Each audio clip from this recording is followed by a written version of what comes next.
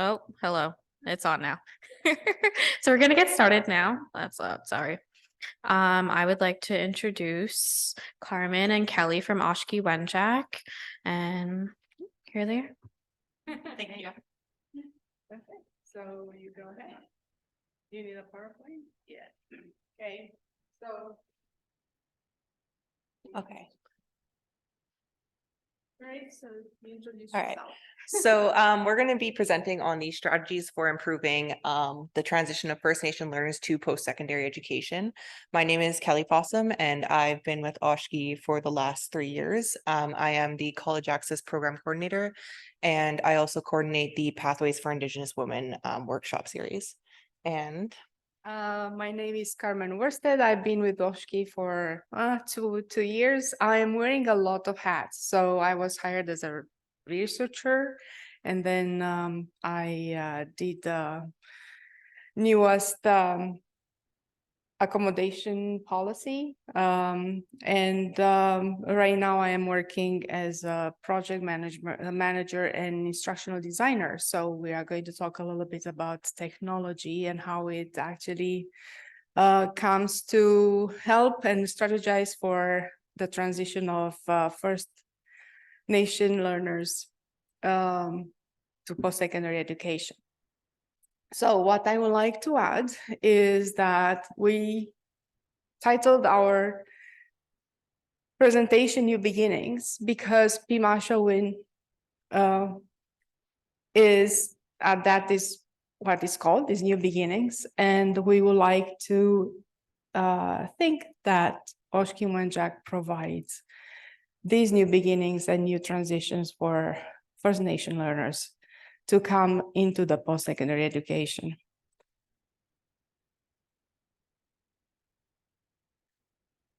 okay, so I'm just going to start off with the land acknowledgement. So Oshki Wenjack respectfully acknowledges its campus is located on the traditional land of the Anishinaabe peoples of Fort William First Nation, signatory to the Robinson Superior Treaty of 1850. We also recognize the contributions made to our community by the Métis people. Okay, so a little bit of an overview of our presentation. I don't think it's going to take a full hour. However, we are going to provide an introduction about what Oshki Wenjack is and the Institute missions, its mandates, and who it's serving.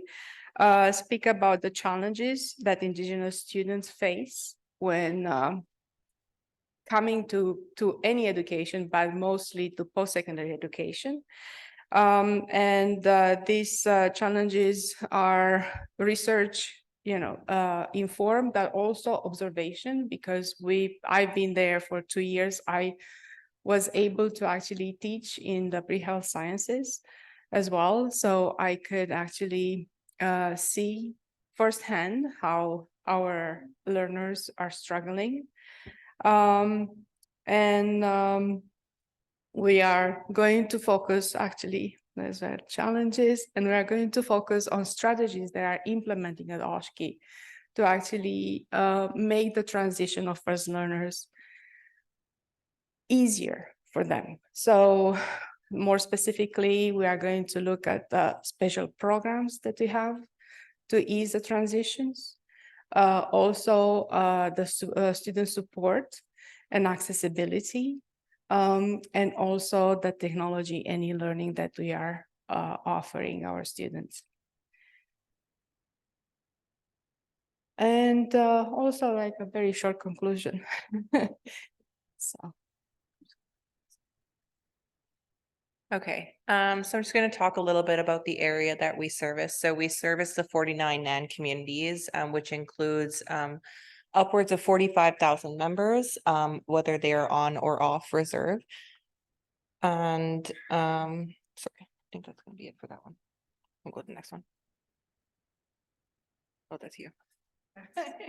So our mission is to actually, let's do this. Yeah, I have it here, so I can actually talk into the microphone, and people who are online, hopefully people who are online are going to be able to hear this clearly. So our mission is to achieve excellence as a leader in the innovation, design, and delivery of quality post-secondary and training programs, which meet the holistic educational needs to Anishinaabe ASCII Nation and other learners in a safe, inclusive, supportive, and culturally enriched learning environment. So.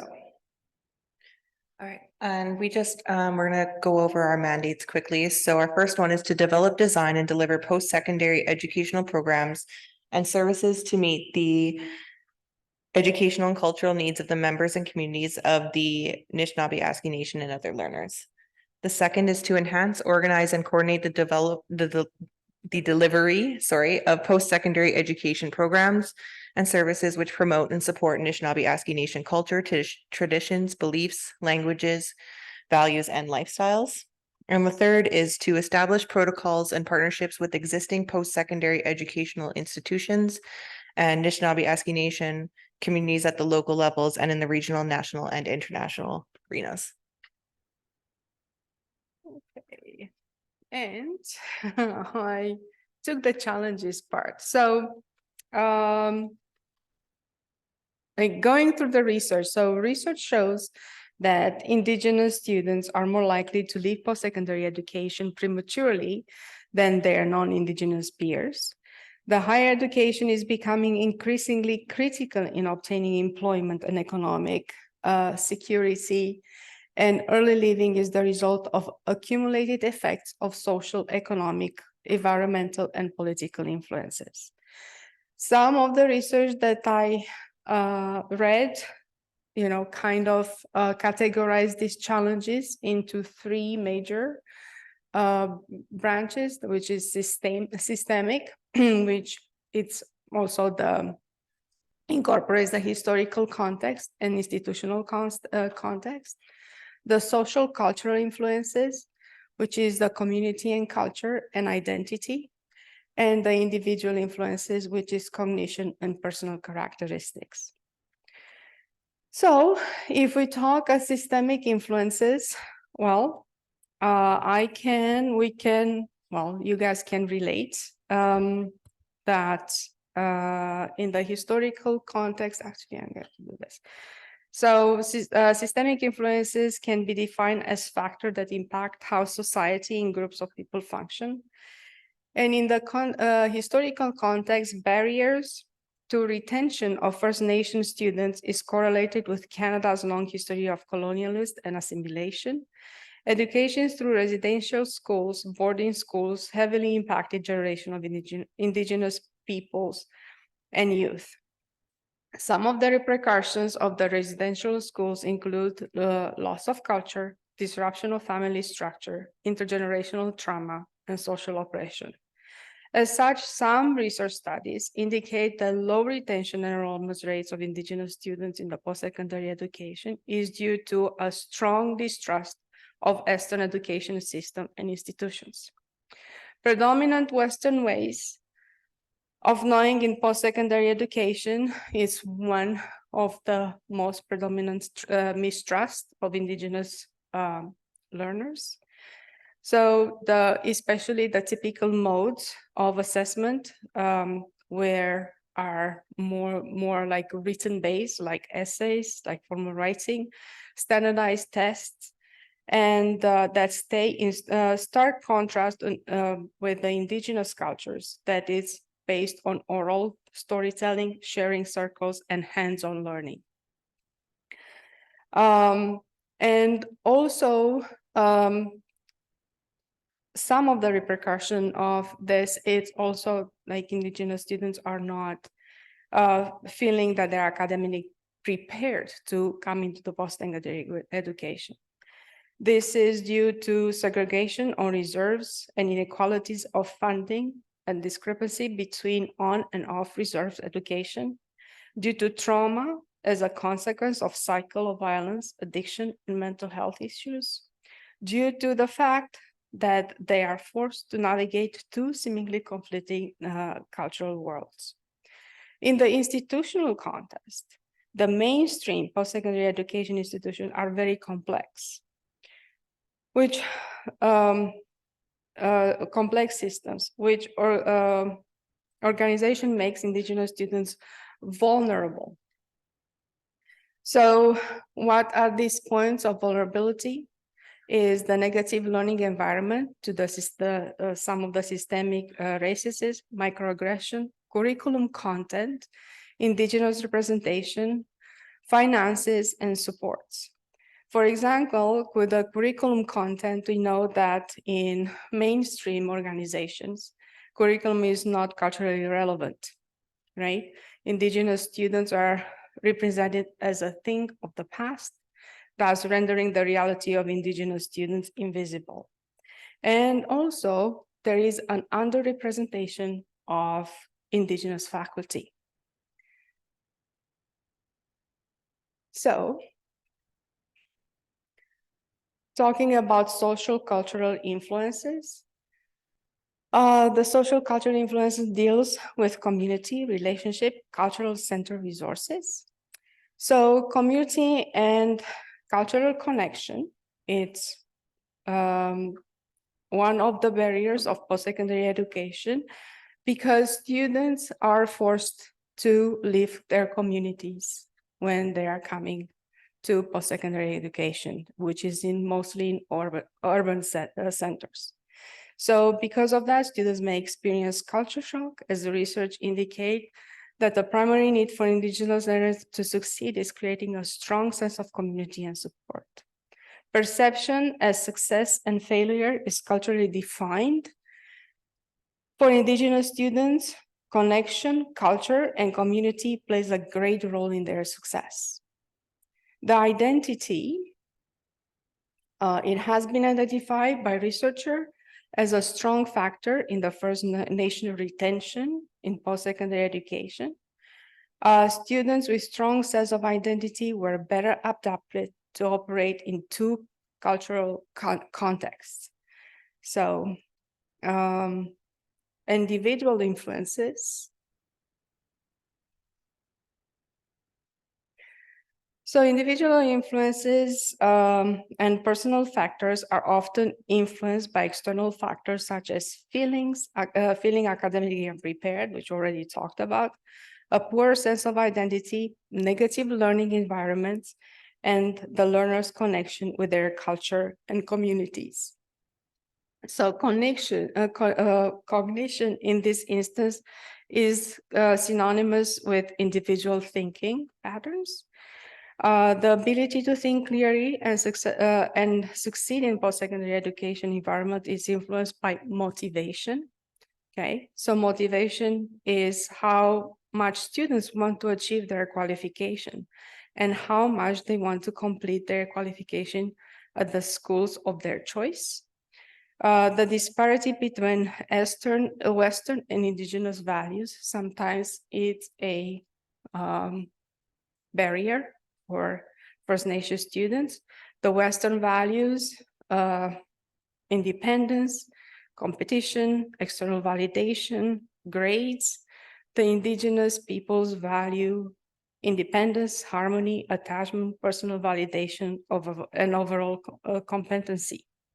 And also self-efficacy, believing students need to believe in their own powers. So if they don't believe that they are able to succeed in any type of education, they will not be able to be motivated in continuing in that program.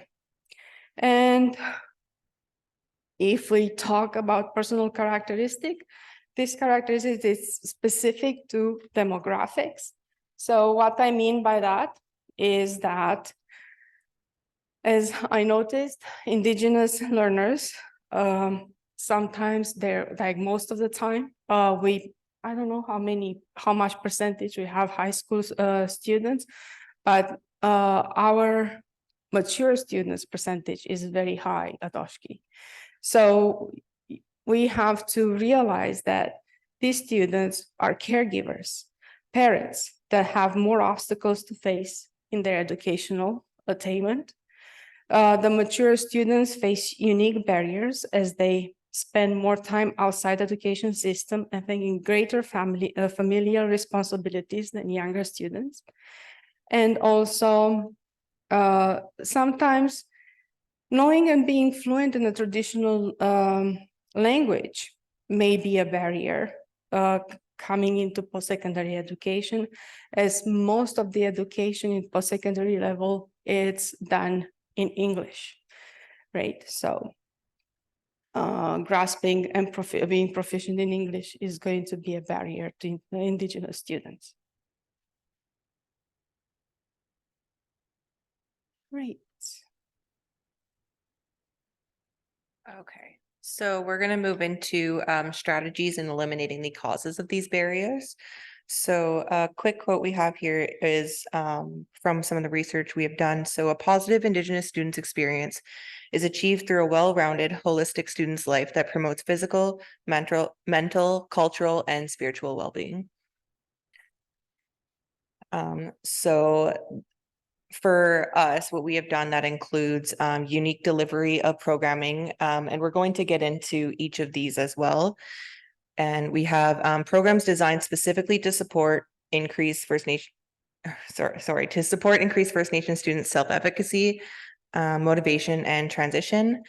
So for example, we have the college access program and the pre-health program, which are both preparatory programs. And we also have the community-based training programs, and we're going to discuss all of those as well. And we both have academic support and non-academic support, and we'll get into those details as well. So I'm going to talk a little bit about the unique blended delivery of our programs. So at Oshkosh, we are actually open all year round. So we have semesters running 3 times a year in the fall, the winter, and the spring and summer semesters. This model contributes to student retention, academic success, and graduation rates. So for example, we have the college access program. It's a 2-semester program we have start up 3 times a year. So we start semester 1 every 4 months. Because we have this option, that means that we also have a semester 2 group running 3 times a year. So if, for example, we have a student, this is pretty common in college access, like maybe if something came up and they couldn't finish their grades for one of the classes, or, you know, maybe they needed to lessen their course load, they can pick that course back up again the following semester because they're continually running. This eliminates any waiting periods in their first steps to further post-secondary education. For our diploma programs, there's typically a startup once a year in January or September, but that also runs throughout the spring and summer semester. So in the mainstream system, some of these programs are 2 years long, but they're in 4 semesters. Whereas at Oshkosh, for example, we have the Police Foundations program that is also a 2-year program. So it runs through 5 semesters. So we go and run through the summer. And this provides our students with the opportunity to be a full-time student with a reduced academic load in each semester by continuing throughout the summer, and they're not missing any connection piece that they might have there. So we can continually give them support. So in addition, without a semester break in the program, students may have better success and retention of information by continuous practice, guidance from Oshkosh, and a continued connection to the field, to their field of interest, peers, and staff. Okay. So our blended delivery model, in our program, students can spend most of their semester learning at home instead of having to stay the duration of their education in Thunder Bay. So in each semester, students attend on-campus learning sessions twice, each of those on-campus session being only 2 weeks in length. So it will start with a 2-week program on campus, and then they will go home and they will learn via distance learning for 4 to 5 weeks at a time. They'll come back for another 2 weeks, and then they'll go back to online learning again.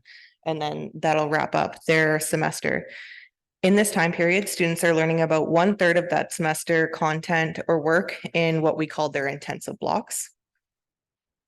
The classes start on the first weekend of the semester and continue on for the next 14 days. So scheduled classes are in the morning, afternoon, and or evening, and that includes the weekends. The distance delivery, which is after the 2-week session, are lectures are provided through our D2L Brightspace e-learning platform with Zoom classes in the evenings only. So the only time they have daytime classes is during those 2-week intensive blocks. And then in the online learning blocks, those classes are 7:30 to 9:30 p.m. and only Monday to Friday. So having shorter on-campus sessions broken up by distance learning may contribute to staying connected more continuously to the students, home, community, family, and traditions. Having daytime availability for work and other obligations for at least 10 to 11 weeks out of their entire semester, and addressing the challenge of feeling disconnected from their home and their community. So lastly, in our delivery model, we have independent study time, and this involves content reading and assignments on their own time. We recognize that the student support is critical in this phase for student retention and success. So we provide as much support as we can in many different sectors, and we will come back to the student support further in the presentation. Okay, so we have partnership agreements with other post-secondary institutions. So our students get their credentials through these institutions, and we deliver the content. So some of the colleges we have here is Canadore, Confederation, Northern College, and Sioux College. And universities, we have Algoma, Brock, and Nipissing, and that's it, right? Yeah, that's it, sorry. I just wanted to make sure I wasn't missing anything. And the next one.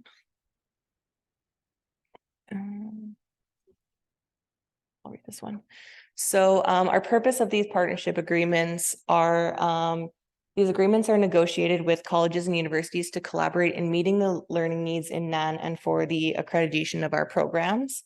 So some benefits include certificates, diplomas, and degrees granted to graduates have currency with employers.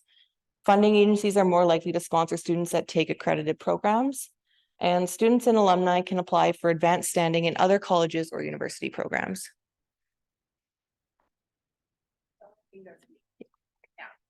So these are the programs we offer. Well, yeah, some of the programs, because we didn't include the training. So the degree programs, the diplomas program, and certificate programs. So we have one that is running. We have 2 cohorts in Aboriginal Bachelor of Education. And that it's a 5-year degree. And I think this fall, we are going to start offering a Bachelor of Social Work honors.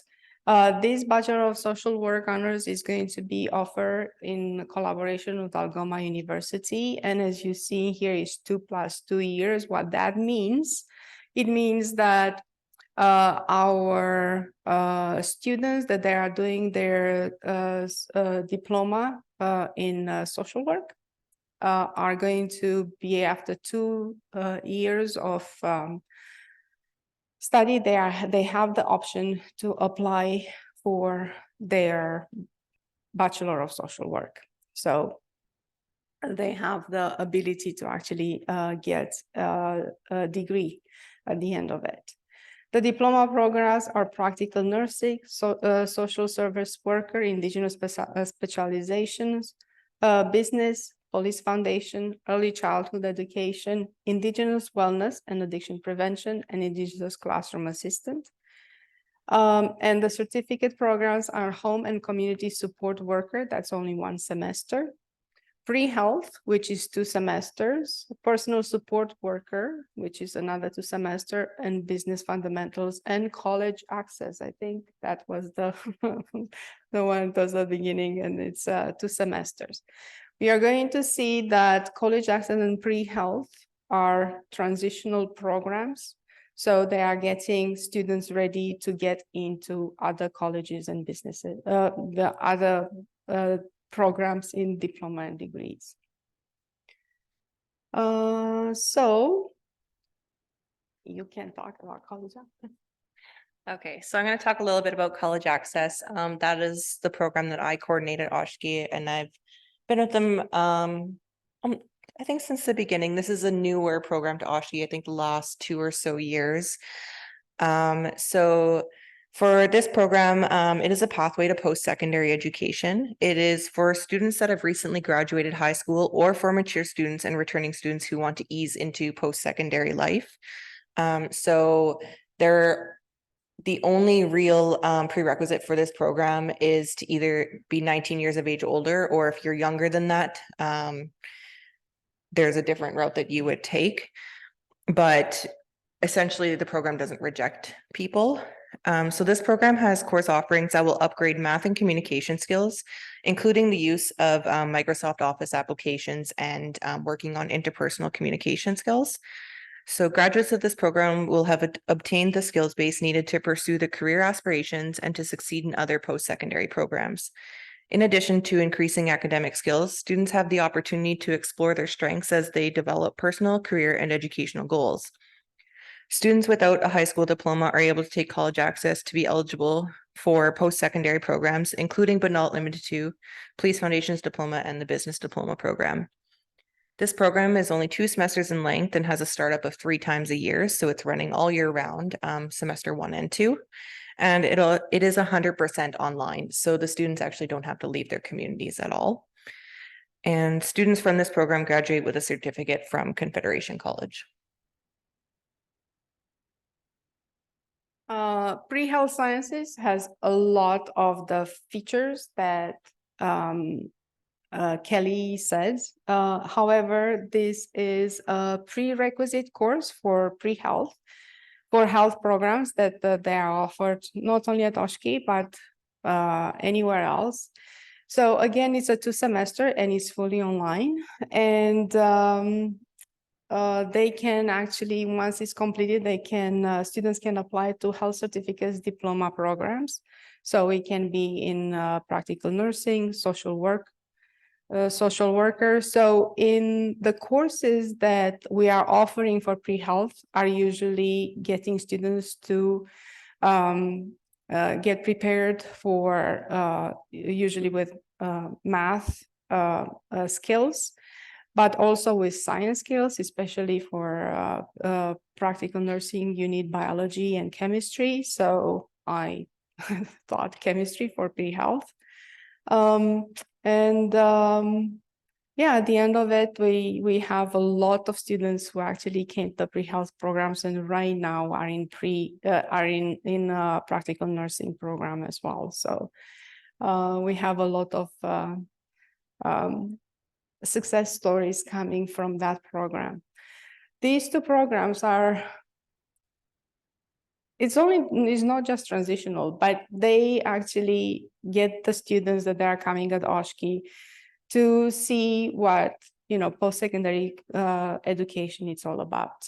One of my colleagues, if you were to Gordon's presentation this morning, said there is, a moment where a student has an epiphany or he has an aha moment, like the Oprah said. Well, for me, it was easy. I'm coming from an Eastern European country. However, we have a westernized system. So for me, it was just coming into the university with my dad. He had some work doing at the university. And when I went there, I said, this is where I want to be. What do I have to do to be here? So these 2 programs are important because students are coming and they can see, oh, I thought I was unprepared. I thought I cannot do this. But they give them that ability to see their own strengths and see that they can do and continue on the path of post-secondary education. So another type of program is community-based training programs.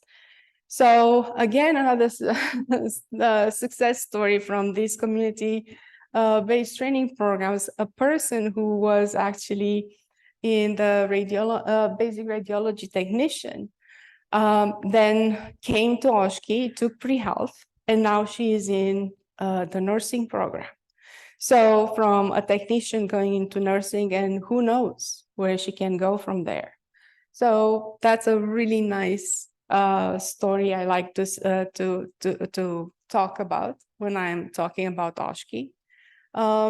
So this basic radiology technician is community-based, is delivered in four phases. Program curriculum is managed via registered radiology technicians, program director, and the theory and regulatory update are part of both new and refreshed training.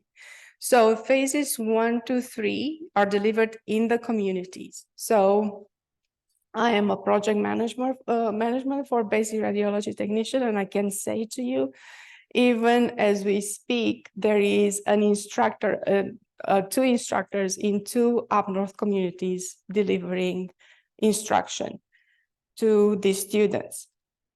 Also, these students, the ratio from the instructor to student is like 1 to 1, 1 to 2, 1 to 3. So it's a lot of hands-on and it's a lot of attention. So for 2 weeks, when they are delivering this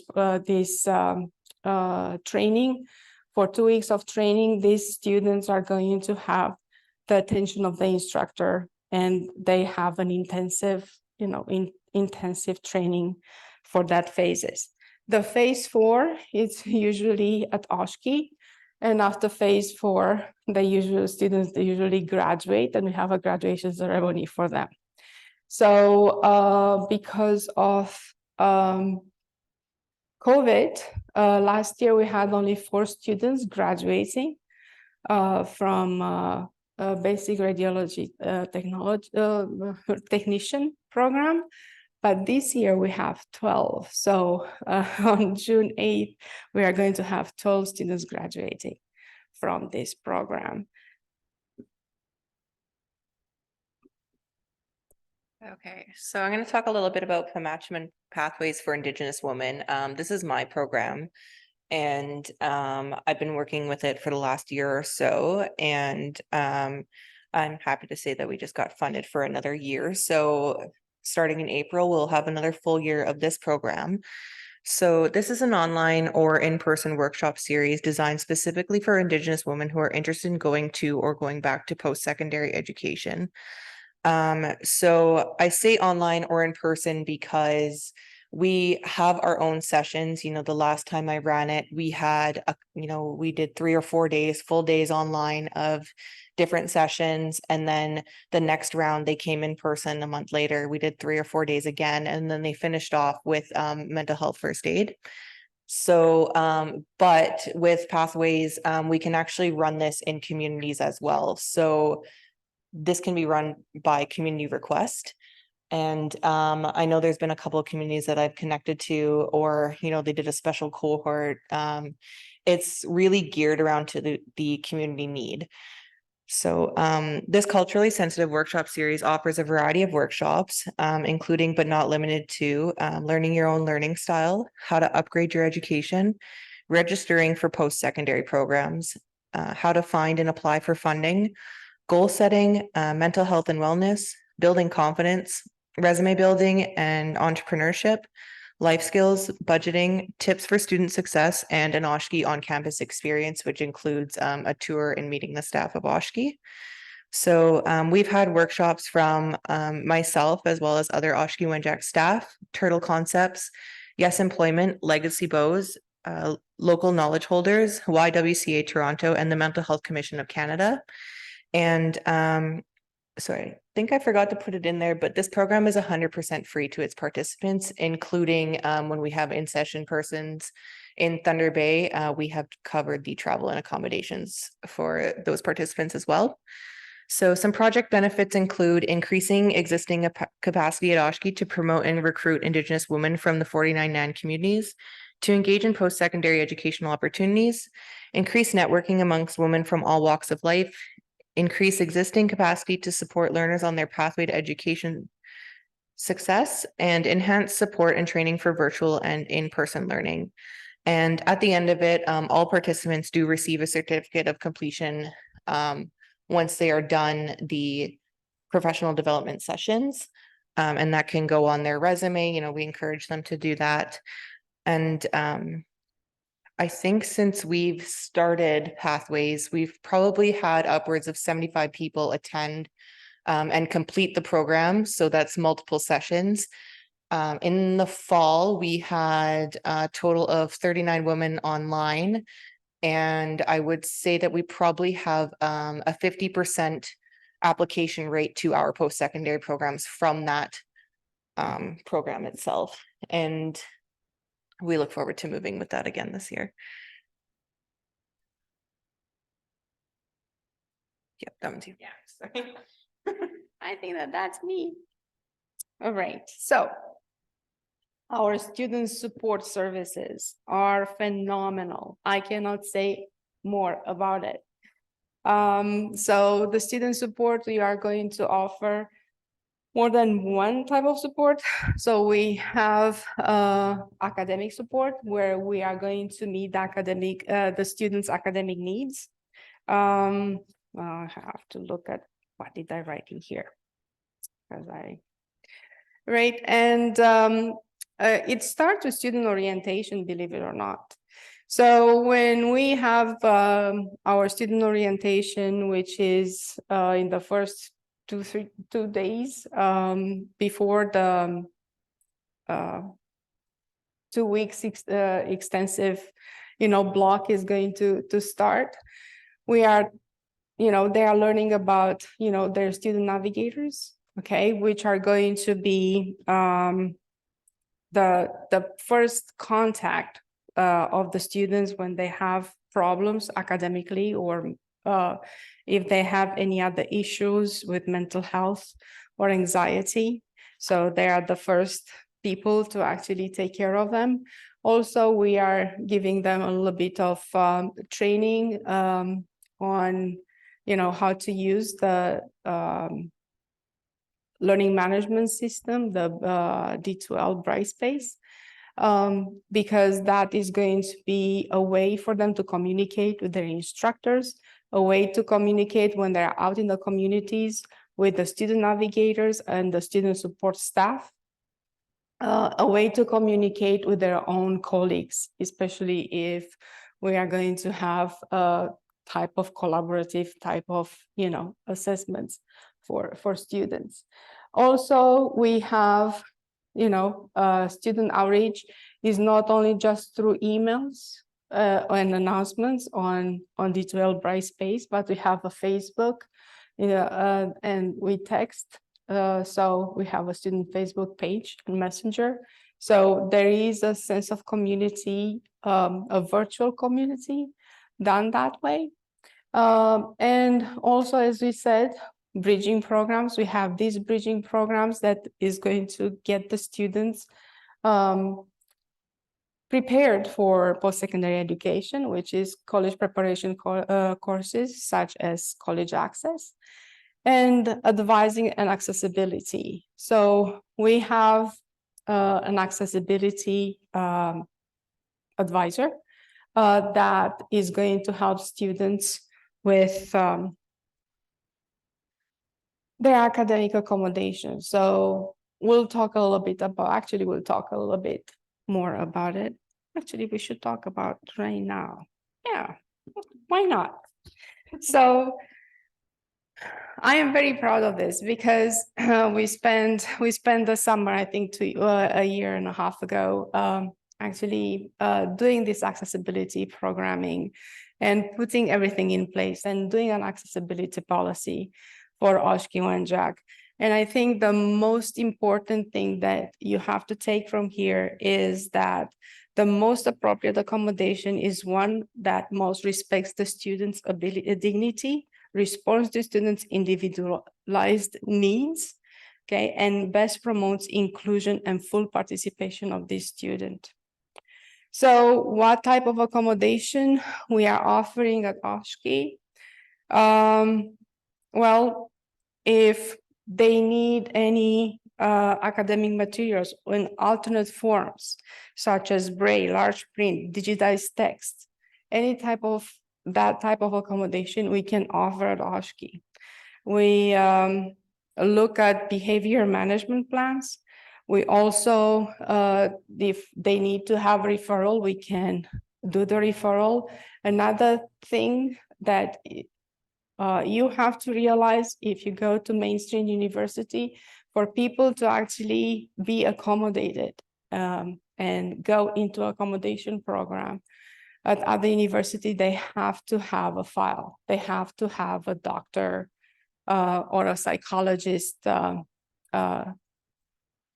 note to be able to actually get into that programs. Here we do not. Here we take them at face values. If they need to be, given and assessed further, we can send them to these people, but we are going to take them at face value and we are going to give them the accommodation for that kind of, for whatever they need. Also, we can,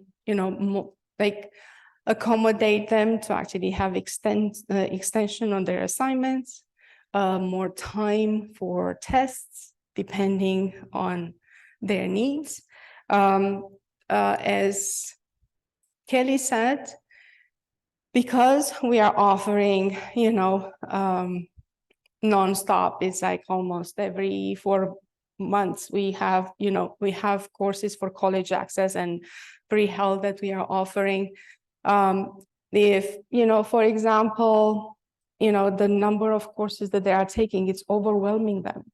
They can withdrawn from one course and focus on, instead of having 5 courses to focus on, they have only 3 courses to focus. Like, we are reducing the load. So then the next semester they can pick up on that course that, they dropped in that semester.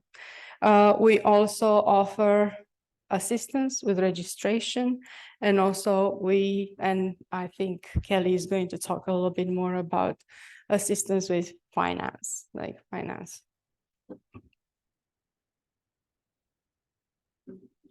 And I thought, Okay, I'm actually just gonna start off with the finance piece just because Carmen left with it. So we have a financial aid officer now at Oshki that does help with funding for their education. So what she does is she can meet with our students and she can help them apply to any funding that she can find. So that might include Inspire bursaries, that might include funding through a community band, whether it might be OSAP, because OSAP can be incredibly tricky to navigate. So she will sit there and go through the entire financial aid process with each student as they need it. So to help them, kind of like push through that barrier, because I know, especially when I first started going to school, I had no idea what I was doing when it came to looking at funding and stuff like that. And I ended up going through OSAP. But there's some things like there's the ECE grants that students might not even know about that is specific to the early childhood education program. So what we do with that is we just try to help them navigate through as many opportunities as possible, including our own in-house bursaries and the bursaries of the partner colleges that they are also able to apply for. So Oshki recognized the importance of providing students with every opportunity to be successful in both their personal and professional lives. So we actually host on-campus cultural or on and off-campus cultural events for students, their families, and alumni. So some of these events have included Tikanagan making, dog sledding, beading, cultural teachings, feasts, and moccasin making.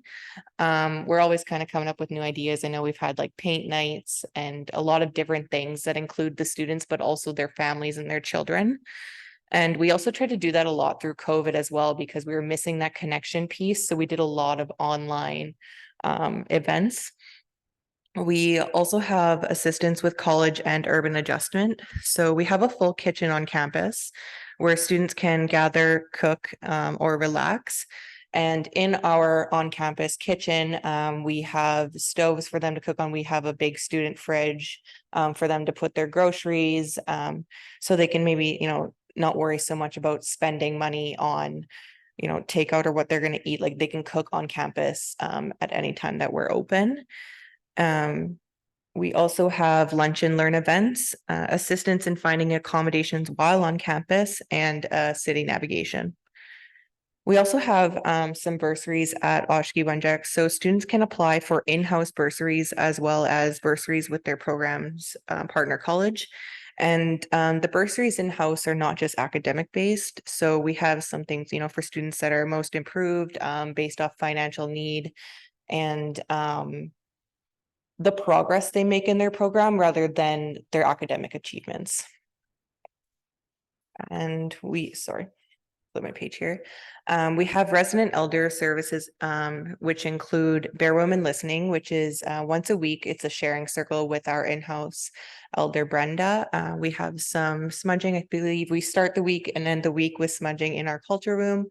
We have an on-campus cultural room that is open to students, staff to go there anytime they feel like they might need some space or they want to just somewhere to hang out, or if they need, assistance from staff or somewhere private to go, that's available. And we also have appointments available for one-to-one meetings with our elder for any reason. We have mental health, well-being, and support. So we have our student navigators help with assisting in navigating counseling if students are experiencing some mental health or personal life struggles. So they help them set that up.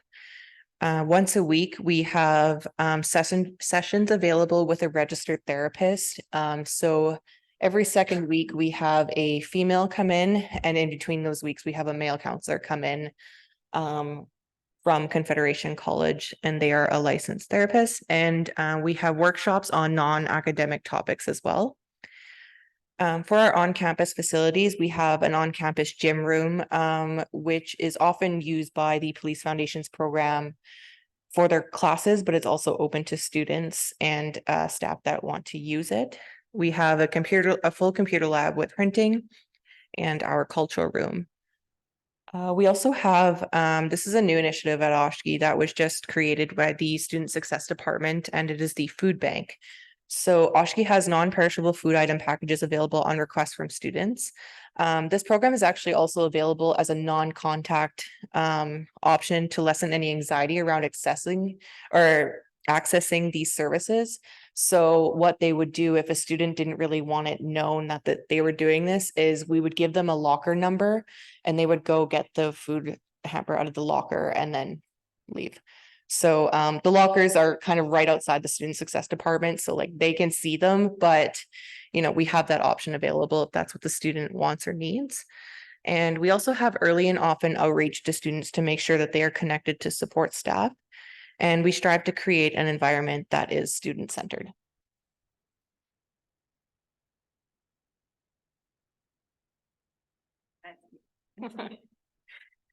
Okay, so as an instructional designer, I'm involved with the e-learning platform and training of not only of instructors but also of students at Oshkosh. But technology is imperative in having students taking their courses in their own community. So because of that, we through Zoom classes, we offer, students to remain in their own community and complete the post-secondary education. Because we know that leaving their community is a barrier to First Nation students to post-secondary education. We know there is a culture shock coming to an urban center, and we know that sometimes it's prohibitive for most people to actually be able to come to urban centers. So studying in community by connecting through Zoom. So the programs that we offer that are fully online, like College Access and Pre-Health, we are actually offering courses on Zoom. So they are just coming into the virtual classroom and they are connecting not only with their colleagues, but also with their instructor. Also, they have the ability to connect with the student navigator as well through the D12 Brightspace and the tutor. We have a tutoring service that can be functioning online. Also, we are talking about HyFlex. So for people who don't know what HyFlex is, well, it's two words put together. It's hybrid and flexibility.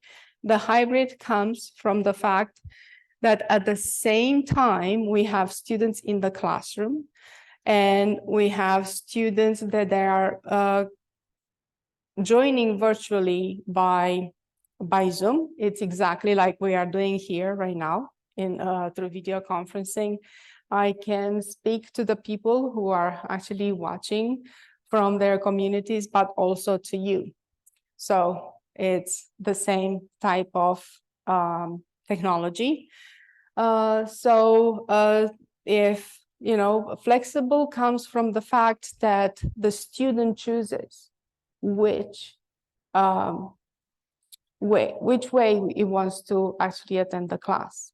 So for example, if there is something pressing, we know that we have a lot of mature students that have a lot of problems or they have, other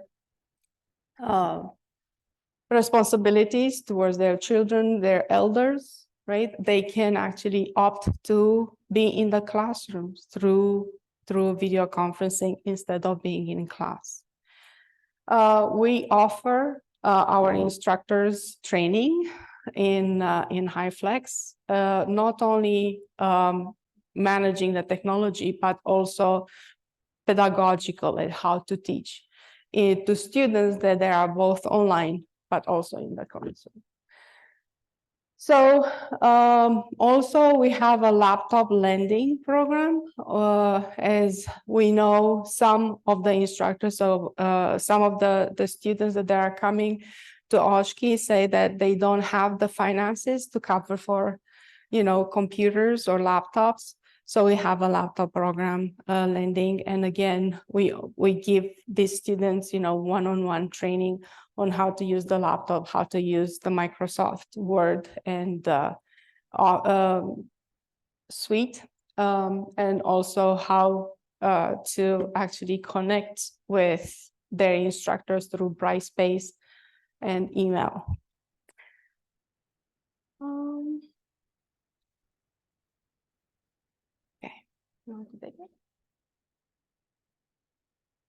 So in conclusion, Oshki strives to have wraparound holistic student services. So addressing any needs, whether it be spiritual or cultural, mental, intellectual, physical, all the well-being. Up and coming technology that helps with distance and e-learning course delivery. So we learned very quickly over the course of the pandemic how to navigate that. And, we kept trying to make it better and better. And we learned with the HyFlex model that, students couldn't leave their community. So we're like, okay, how are we going to make this work? And we did. Carmen's got it all set up. Carmen is in charge of the HyFlex model. And, we just tried to provide our students the most accessible learning possible. We have instructors that are well trained and encourage weaving ways of knowing that support students' learning, and we try our best to support the diversity of our students and community connections. So I think that is it for our presentation. Thank you so much for listening, and I guess we can open the floor to see if anyone has any questions. I don't think so. Okay. You guys can come see us after too. We'll be around for a few more minutes. But thank you so much for listening to Carmen and myself.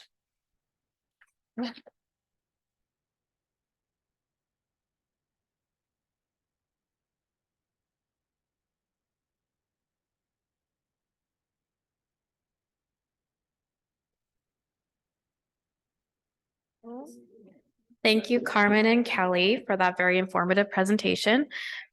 We will now be going into a break until 2:15, and then we'll come back to the Kaministikwa for a plenary session by Dr. Carrie Chichu.